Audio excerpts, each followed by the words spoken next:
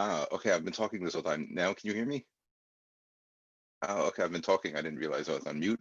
Like one of those old people. Okay. Um, Hi, everybody. I'm sorry. I hope your fast went well and that you're feeling well. Um, and want to get started. So we learned this. Okay, I've been talking this whole time. Now, can you hear me? Uh-oh. What happened? Okay, I've been talking. I didn't realize I was on mute. Like those old people. Okay.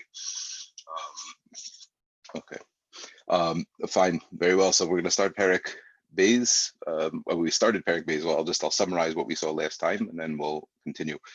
So we started from the first Perek, which was all about Hashem.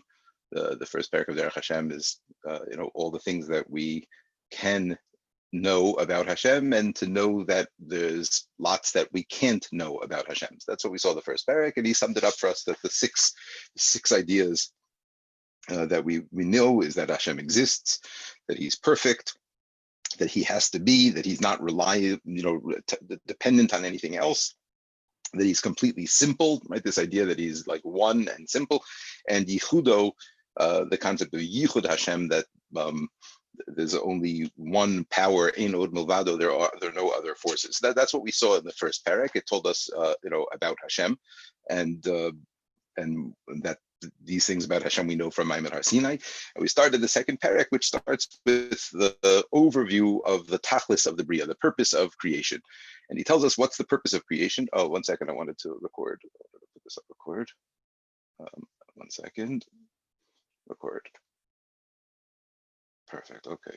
So Perek Beis begins betachlis habria, discussing what the purpose of creation is. And the Ramchal tells us, sums it up very succinctly, that the purpose of creation, why did Hashem make anything ever?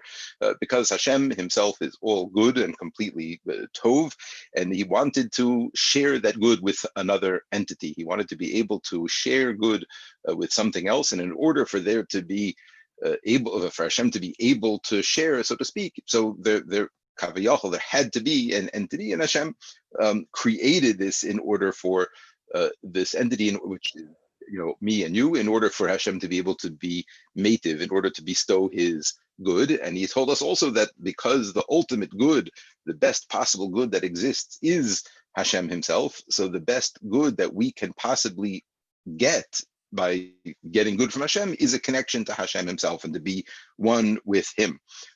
So let's just finish up, let's just read the last two lines from Aleph, from Perek Beis, if Aleph, and then we're going to continue into Beis. So it comes out that we know that the kavanah of Hashem in the creation that he made, the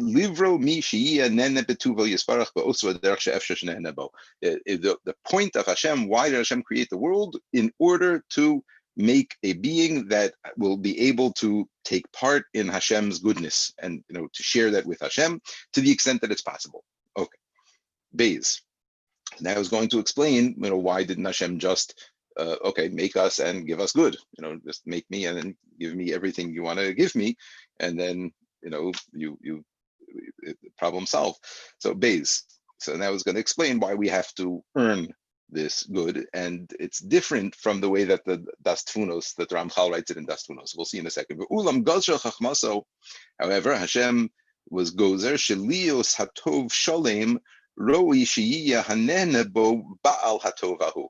So there's a lot to unpack in this one line. I'm not going to take a lot of time on it, but what he's saying is as follows: that there's always, like we said last time, there's always questions that you can ask. He's going to explain to us now that Hashem wanted for us to be the owners of that good, that we own it, that it's ours.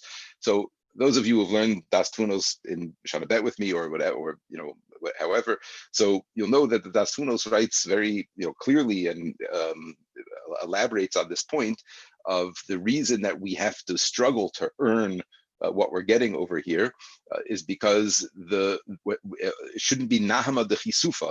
It shouldn't be something that we are like ashamed to receive when we get our reward.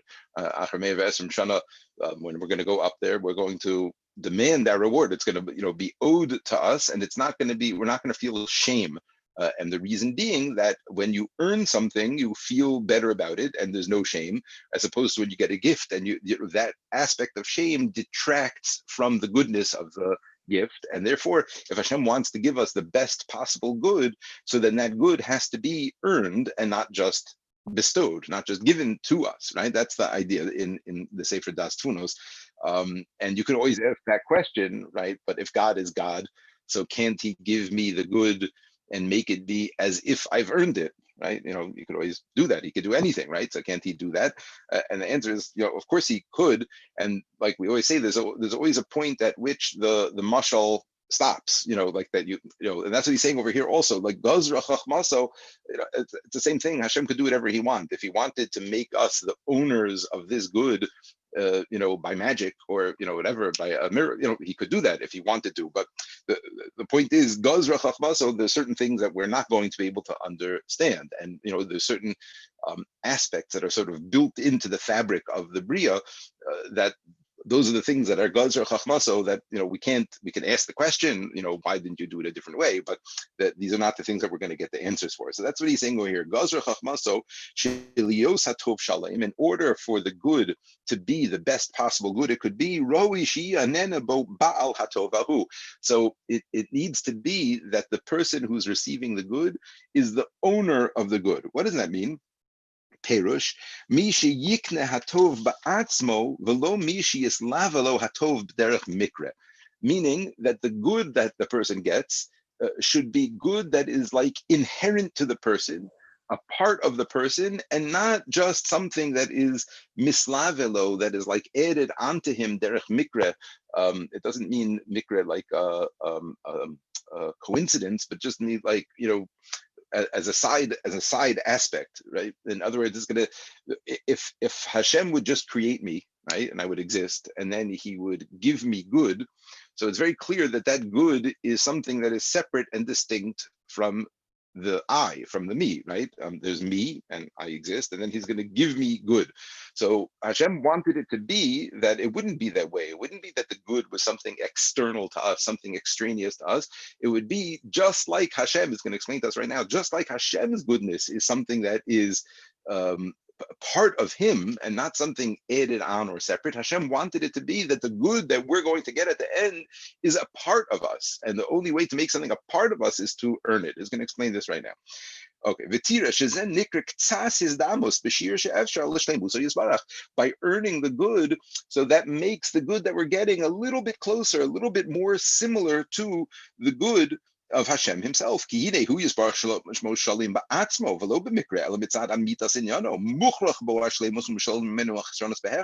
learned this before. Hashem is be'etzem. His essence is perfection and goodness. It's not something that is like an add-on or separate from him. It's a part of the etzem of who Hashem is. Right, right. That's what he's about. But that can't be with any other thing, right?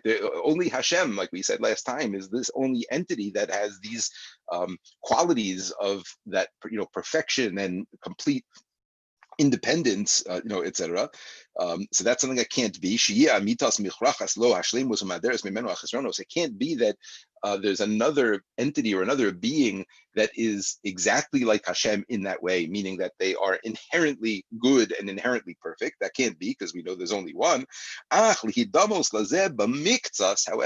in order to let us to, again, like everything, to the degree that we're able to connect to Hashem, to be like Hashem in this way, to make the good a part of us, and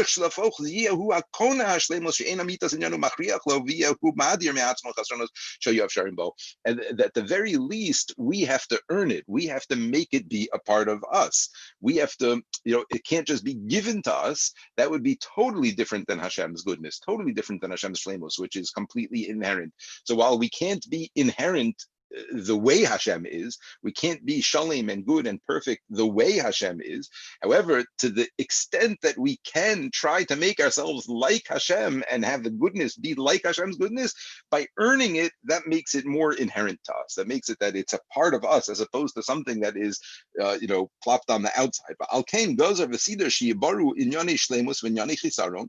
So therefore, Hashem, in order, again, this is all in order to make it this, this dynamic, for this structure to play out. Hashem, to allow me to make the shleimus be mine, so I had to start without shleimus, right? I had to start with something that was not perfect, which we're going to call chisaron, and that's a major theme that's going to go on now for a while. There's the shleimus and chisaron, and in order to create a world that's going to allow the nivra, allow the creation to complete themselves. So Hashem had to create something called chisaron. He had to create something called a lack, because without a lack, we would have nothing to fill. So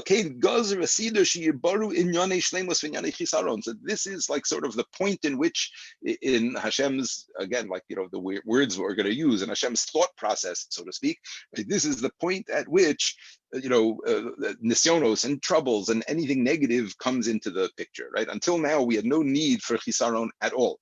Right, through every step that we went through, Hashem, is the ultimate good. He wants to share that good, so there has to be another being. That being, needs to be the one who is going to get the good, which is connection to Hashem, which is the best it could possibly be. But when he introduced this new step over here in Sif Beis, this step about owning the goodness, about making that goodness something that's inherent to us and a part of us, now is when chisaron enters into the picture. Right, now is when chisaron, the concept of the idea of chisaron, has to play out, because in order for us to create shleimus, there has to be something that was not shalom to begin with. So now Hashem created this whole ma'arechet, this whole system of shleimus and chisaron.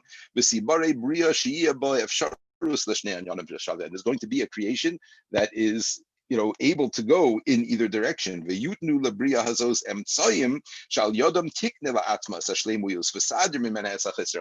this creation is going to be put into a place where it has the opportunity for shalom and chisaron. It's going to be given the tools, it's going to be given what it needs to do in order to achieve shleimus and push away chisaron. And then when that person becomes shalom, that shleimus is now more similar, to the extent that it's possible, it's more similar to Hashem's shleimus. And the person will therefore be, fitting to bask in Hashem's goodness and to be a part of Hashem. Okay, so this is, there's a, like I said, we could give, a whole class just on this one piece to clarify all the aspects of it, but we're understanding, again, the structure of why and what Hashem did, so to speak, when he set up the world. And we're at the point that he introduced the whole concept of chisaron, the whole concept of the fact that the world is not going to be a perfect place, that there's going to have to be something for us to do. Okay, 1 second.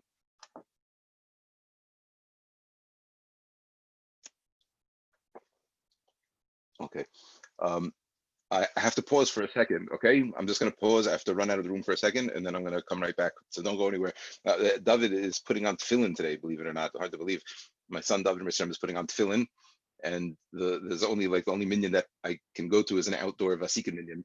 I have to just quickly wake him up, and then I'm coming right back, okay? So don't go anywhere. I'm coming right back, okay? Somebody say something on the parsha in the meantime. Who do I see here? Esti Levy, got something on the parsha? Esti Levy, I'm giving you the floor. Oh, wow, thank you.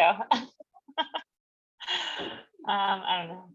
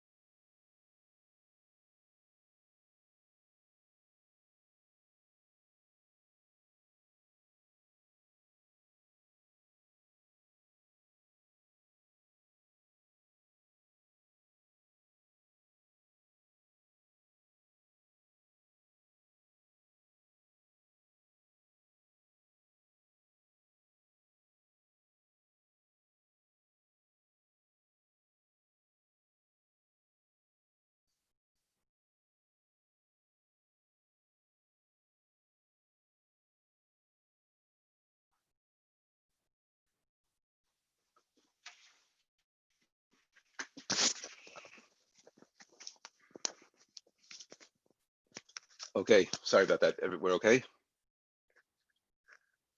Fine. Okay, sorry. Fine. I forgot about this. Fine. Okay, so I didn't want to cancel this week, even though it's a fast, and even though I knew that I had to do this tefillin, but second week you got to keep it going. So okay, we have to. We'll try to keep this fall a little bit. It's okay. Okay, so 1 second. So Gimel. V'amnam. Milvad hayos habria hazos shekanza hashlemus ru'uya lidavik bebora yisbarach mitzad his damos lo. Hina alidei kanos hashlemus lo nimtes mistabekes b'holeches bo. Achesof kanos hashlemus v'yimatza mistabekes bo yi akol inyan echad. Now he's explaining this idea that also in the Das Tvunos he says this, but a similar concept, but that the shlemus is the schus and the schar, right? It's all the same thing, because when a person achieves that shlemus, so they're going to be in a state of perfection, and that's going to be a state of similarity to Hashem, of his damos laboro, a state of being one with Hashem, and that is also what they earned, right? That's also what they did. That's what they created this shlemus. So the dveikus and the reward and the shlemus is all one. It all becomes part of the same thing. Right? Because Hashem's shlemus is the only true shlemus.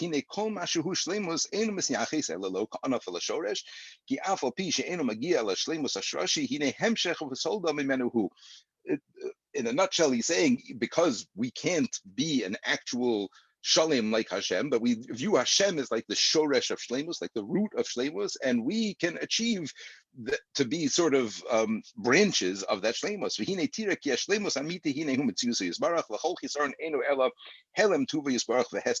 Okay, now he's explaining to us that the concept of shlemus, is Hashem. Hashem is shlemus, and therefore anything that is a lack of shlemus, kol chisaron, eno ela helem tuvo yisbarach v'hester panav. Anything that is this chisaron that Hashem created in the world, what is chisaron? It's not a thing, it's a lack of ha'aras panim from Hashem. And this is again another theme that he's going to go through, extensively in the same.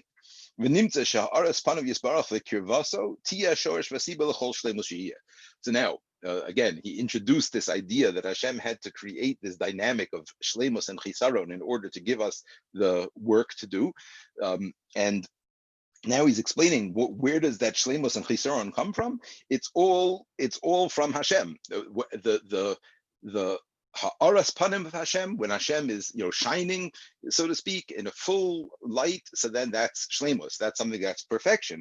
The hester panav hashorish v'asibel l'chol chisaron. And when Hashem hides himself or hides any small part of himself, that is the root for all chisaron, for all lack that's going to follow. Asher kashira hester kach yashira chisaron nimshach mimenu. Right, and to the extent that Hashem hides himself, that to that extent is how much lack is going to be over here in the world. Okay. Va'alkein hanivra hazeh ha'omid b'shikul bin hashlemius v'chesronos sheim toldos ha'era v'hester v'yischazko b'shlemus ha'knosam osam ba'atzmo hine hu oches bo yisbarach shu ha'shorish v'hamokor lahem. So now he says, now we understand how it is that a person can acquire shlemus. What does that mean? We are the ones who are placed into this balance. We're placed in a place where there's both shlemus and chisaron. And we were the ones, he explained earlier, who were given the tools, the ability to get rid of that lack and fill it in and create that shlemus. So when we're creating that shlemus, we are automatically attaching ourselves to Hashem, right? Since Hashem is the one who is the Shalem, Hashem is the source of all Shlemus. So by our creating more Shlemus, right, who oches bo yisbarach, that's the only way that we can attach ourselves to Hashem, by taking part in the perfection of the universe. And how do we do that? So we do that with all the means, however more that I can add to the shlemus, that's how much more I am clinging to Hashem, until a person achieves that final level, that highest level of shlemus. A person will achieve the highest possible level of clinging to Hashem, the highest level of oneness with Hashem. Because again, Hashem is perfection, and if a person achieves the level of perfection that a person is able to reach, so then they are connected to Hashem to the highest possible level. So of course, this is only going to happen not in the physical world, the actual shleimus, the actual experience of the shleimus, and the actual experience of the dveikus to Hashem. So that's not something that we're going to experience over here in the physical world, right? But that's the process is what we're doing every single day. Every mitzvah that we do that creates more shleimus is making me more like Hashem, creating the world, making the world more like Hashem. And every avera that I stay away from is pushing away that chisaron and being mashlim myself, and again making myself more like Hashem until a point when a person will reach the shleimus that they can reach, and they are as much like Hashem as they can possibly be. Okay, Dalit. Good, so far so good. והנה, לשיהיו במציאוס העניונים השונים האלה של שלמוס וחיסרון שזכרנו ותימצא בבריאה שזכרנו בתכונה שהיא צריכה להיות, right? In order for all of this to work, right? In order for all this to be, meaning that there is a playing field set up with the potential for chisaron and shlemus, that there is a bria, a creation that is over there in the way that it needs to be. Perush, what does it mean the way it needs to be? Be'efsharus l'shnei anyanim uve'acholas alayim sheyikneh shlemus v'yadar min hachisronos, right? And you have this creation that has the means by which it can create more shlemus and push away the chisaron, and that he has the means to do this. Perush liknozeh shlemus hinevad, meaning what we're going to see is doing the right thing. That's how we are kona shlemus. So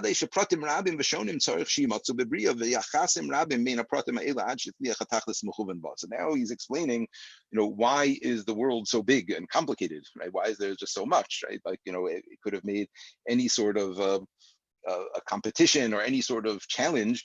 However, he's saying, since the idea is to create a perfection, there's going to be many different facets that need to be perfected. So and the relationship of a person to everything in the world, as you say, there's pratim rabim v'shonim. There's all sorts of different aspects and details and facets of the world.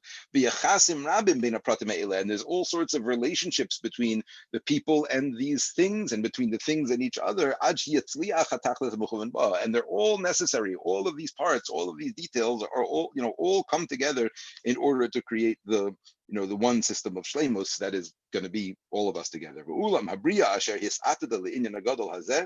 So, what is the creation that was set up for this incredible inyan? To cling to Hashem. What's going to be the creation that has this ability?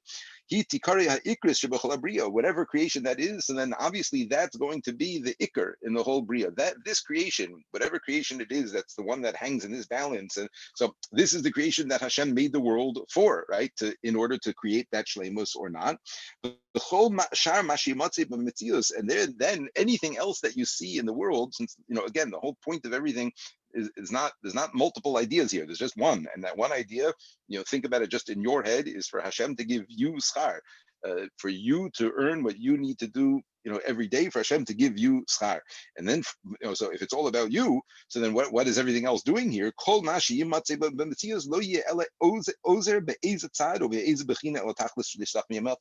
Everything else that you encounter in your life, you are the ikr, you are the reason that you are here, right?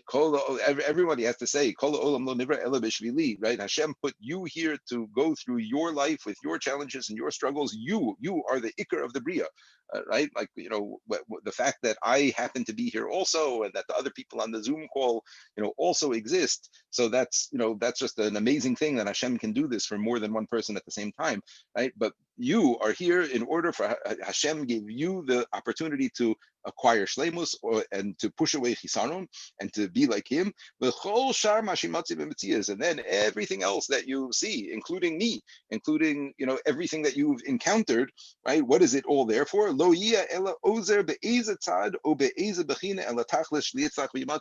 It's all here just to help in some way, in some form or another, for the mechuvin to happen. Can they see? You can see you. This is going to come to Shachris this morning when David puts on tefillin. Maybe. You're up very early though. Right. Okay, I'm going to continue now. Okay, is David getting up? I'll get him up. Go get him up. Okay, thank you. Okay, right? Everything else that you see and encounter, and everything else in the world is all there in order to be a part of you acquiring your shleimus.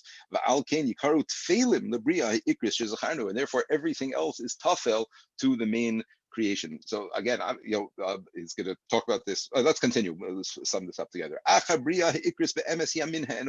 who is this? What is this? Creation. Obviously, it is mankind.